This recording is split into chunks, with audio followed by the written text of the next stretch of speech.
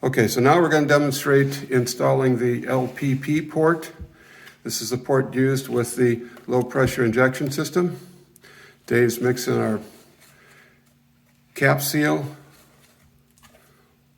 our gel material that we're going to use to install the ports with.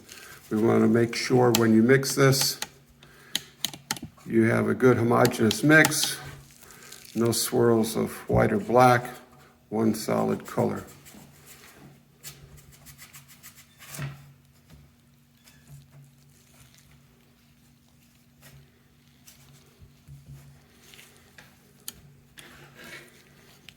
Okay, Dave's using the setting tool. Show him how that port slides on there, Dave. Okay, the tool's tapered. Slide the port down onto the tool until it stops. Now you can hold the port in place while you install your epoxy.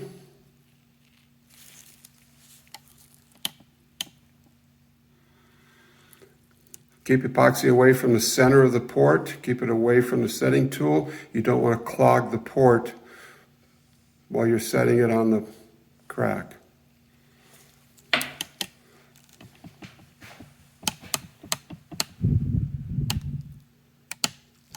Okay, we put the tool onto the crack, slide the port down the tool until it comes into contact with the concrete, and then remove the tool.